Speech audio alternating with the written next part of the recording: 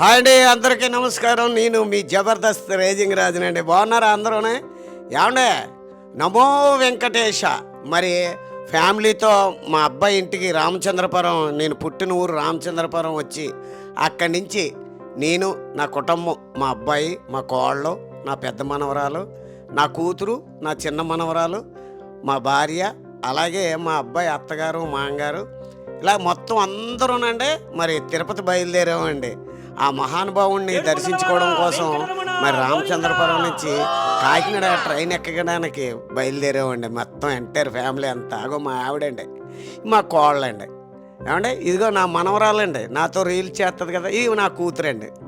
ఏమంటే ఇగోండి మా అబ్బాయి కావ్యశ్రీ మీడియా ఓనర్గా. ఇదిగోండి మా పెద్ద మనవరాలు, అగో చూసారా, అబ్బా అందరం కలిపండి సరదాగా ఆటోలో బయలుదేరామండి. ఆటో డ్రైవర్ కూడా నా ఫ్రెండే అండి. మా వినాయకుడు గుడి దగ్గర ఉంటాడు అతను. అక్కడి నుంచి మేము అంతా ఆటోలో కాకినాడ టౌన్ స్టేషన్కి బయలుదేరామండి ట్రైన్ ఎక్కడానికి. మరి అక్కడి నుంచి ట్రైన్ ఎక్కి ఆ ట్రైన్ నుంచి తిరుపతి వెళ్తున్నాం కదండి. మరి అక్కడ విశేషాలు కూడా చెప్తానండి. పదండి నాతో పాటు రండి. ఏమండి మధ్యలోనే మరి వాటర్ బాటిల్స్కి, కూల్ డ్రింక్స్కి అండి రామచంద్రపురం సెంటర్లో ఆగామండి ఒకసారి. ఆగి అండి అక్కడి నుంచి మరి అందరికీ ఆగి చెప్పుకుంటూ అగోండి దిగిపోయామండి. కాకినాడ రైల్వే స్టేషన్ దగ్గర దిగిపోయామండి, టౌన్ స్టేషన్ దగ్గర. అగో నా కూతురు దిగుతుందండి, నేను దిగుతున్నాను. హాయ్ అండి. అదిగోండి నా పెద్ద మనవరాలండి కావ్యశ్రీ, ఆవిడ పేరు మీద అండి ఈ ఛానల్ పెట్టింది. ఇదిగోండి కాకినాడ టౌన్ స్టేషన్ చూసారా? కాకినాడకే అందం వచ్చిందండి ఆ టౌన్ స్టేషన్. ఏమండి అక్కడి నుంచి ట్రైన్ ప్రయాణం చేసిన తర్వాత మరి తిరుపతి వచ్చేసి రూముల్లో చక్కగా అందరూ స్నానాలు చేసి, ఇదిగోండి మా ఆవిడి, అలాగే మా అబ్బాయి, ఇగో మా కోడలో, నా కూతురు, ఆ వెనకాల మా అబ్బాయి మాంగారుని, అత్తయ్య గారుని, వాళ్ళ చిన్న మాంగారుని, వాళ్ళ చిన్న అత్తగారు వస్తున్నారండి తలుపులు తాళాలు వేసుకొని. మరి మాకు ఫస్ట్ అండి 300 రూపాయల టికెట్లు తీసుకున్నామండి. తీసుకొని అక్కడికి వెళ్ళి మరి తలనీలాలు ఇవ్వాల్సిన వాళ్ళు అంతా తలనీలాలు ఇచ్చారు. ఇవ్వండి మా అబ్బాయి అత్తగారు, వాళ్ళ చిన్న మాంగారు, పెద్ద మాంగారు కొడుకు, నా మనవరాలు, ఇగోండి మా కోడలు, నా మనవరాలు, అవన్నీ తలనీలాలు అయిపోయిన తర్వాత ఇగోండి నా కూతురు వాడేదో చెప్పాడని నవ్వుతుంది. అలా అన్నయ్య ఏదో జోక్ వేసాడని నవ్వుతుందండి. అగో ఇవన్నీ బాబు నాకంటే పెద్ద నట్టండి బాబు ఈవిడి, నా కూతురు. అక్కడి నుంచి తలనీలాలు ఇచ్చుకొని 300 రూపాయల దర్శనం అయిపోయిందండి. 300 రూపాయల దర్శనం అయిపోయిన తర్వాత మరి విఐపి దర్శనం కూడా ఒక ఎమ్మెల్యే గారి పేరు మీద అడిగితే అయ్యో రాజుగారు అని చెప్పేసి ఒక ఎమ్మెల్యే గారు రాసి ఇచ్చారండి. ఇదిగోండి మా అబ్బాయి మాంగారు, మా అబ్బాయి ఆ తిరుపతిలో దర్శనం అయిపోయిన తర్వాత అక్కడి నుంచి రూముల దగ్గరికి వస్తున్నామండి పైకి. కింద దర్శనం అయిపోయింది, 300 రూపాయల దర్శనం అయిపోయింది. మళ్ళీ అన్నాడండి బ్రేక్ దర్శనం అండి. మళ్ళీ బ్రేక్ దర్శనం పొద్దుటే చీకటితోనే వెళ్ళిపోతే ముందు రోజు మనం లెటర్ ఇవ్వగానే మనకు ఆర్డర్ వచ్చేద్దండి. ఆ ఆర్డర్ ప్రకారం మనం వెళ్ళిపోతే అక్కడి నుంచి రోకలు పెట్టి అక్కడి నుంచి దగ్గరుండి అయ్యో రాజుగారు రండి అని చెప్పేసి ప్రతి ఒక్కరూ, నేను తెలుసు కదండి మరి ఆ ఉద్దేశంతో రండి రాజుగారు అని చెప్పేసి పోలీసులు వారు కానీ అక్కడ ఒక నాకు ఎస్ఐ గారు ఉంటారండి, ఆయన కూడా రాజుగారు ఫ్యామిలీతో వచ్చారని చెప్పేసి చాలా రిక్వెస్ట్ చేస్తూ ఉంటారండి. అసలు రాజుగారు రండి సార్ అని చెప్పి ఏమంటే ఫోటో దిగుదామండి అని చెప్పి సరదాగా అక్కడికి వచ్చిన ఎవరైనా మన ఊరి వాళ్ళు కనపడతారు, ఏమంటారు రాజుగారు అంటారు. అలాగా ఆ దర్శనాలు చేసుకుంటూ ఇదండి. ఇక్కడ విఐపి దర్శనానికి వెళ్ళే ముందు మాకు ఒక ఆయన బెంగళూరు సాఫ్ట్వేర్ అని ఒక ఆయన పరిచయం అయ్యాడండి. సరే అని చెప్పేసి ఆయనతో సరదాగా కాసేపు మాట్లాడి ఈ ప్రత్యేక దర్శనానికి వెళ్ళే దారి మాట్లాడి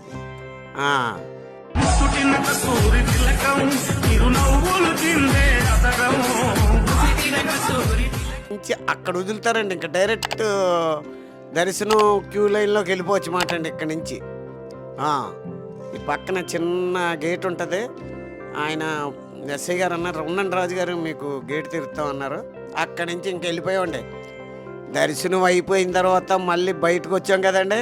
చూడండి ఆ మహానుభావుడిని దర్శించు. నమో వెంకటేశ, నమో తిరుమలేశ, నమో వెంకటేశ, నమో తిరుమలేశ ఎన్ని పాటలు ఎన్నెన్ని పాటలండి. ఏమంటే నా చిన్నప్పుడు ఓన్లీ మాటల మీద పాటల మీద సినిమా వచ్చిందండి. జగ్గయ్య గారి వాయిస్, ఓ పక్కన ఘంటసాల గారి పాటలు, ఇంకేం ఉండదు.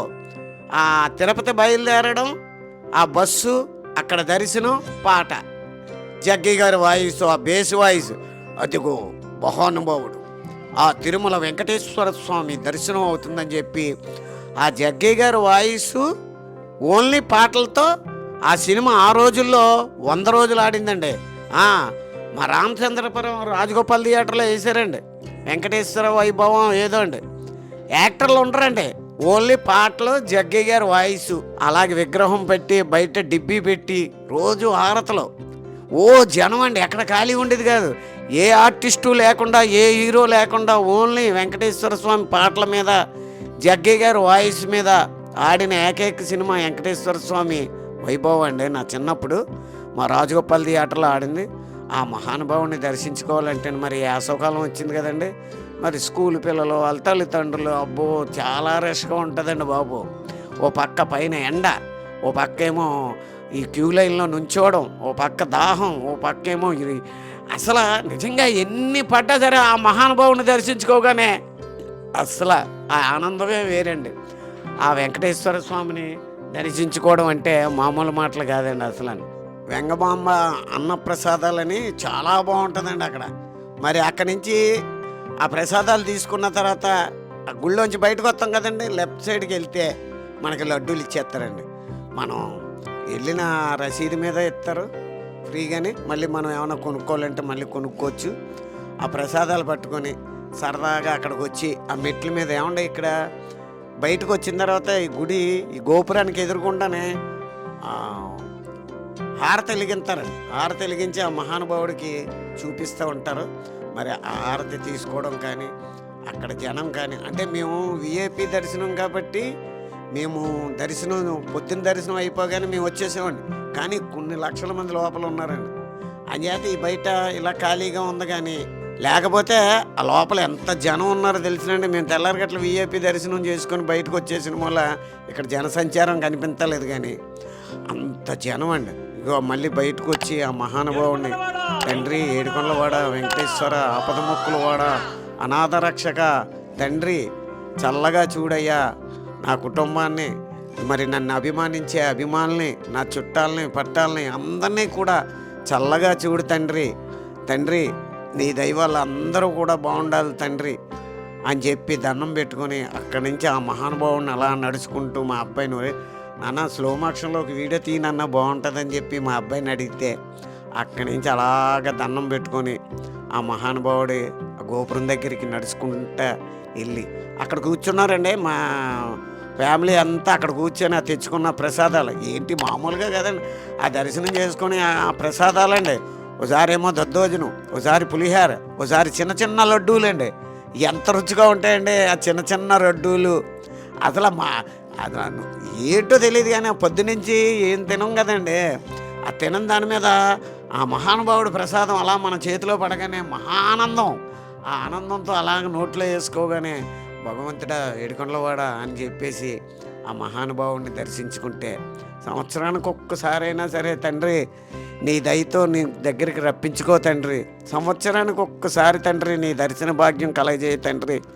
నా చిన్నప్పుడండి అన్నవరం వెళ్ళడానికే ఎంతో బాధపడిపోయేవాళ్ళు అండి, డబ్బులు లేక. చాలామంది, నేనే కాదు నాలంటూ ఎప్పుడో అప్పుడు 100కి 10 మంది యాత్రలకి డబ్బులు ఖర్చు పెట్టుకొని వెళ్తే 90 మందికి డబ్బులు ఉండేవి కదండి. కానీ వెళ్ళాలన్న కోరిక ఉండేది.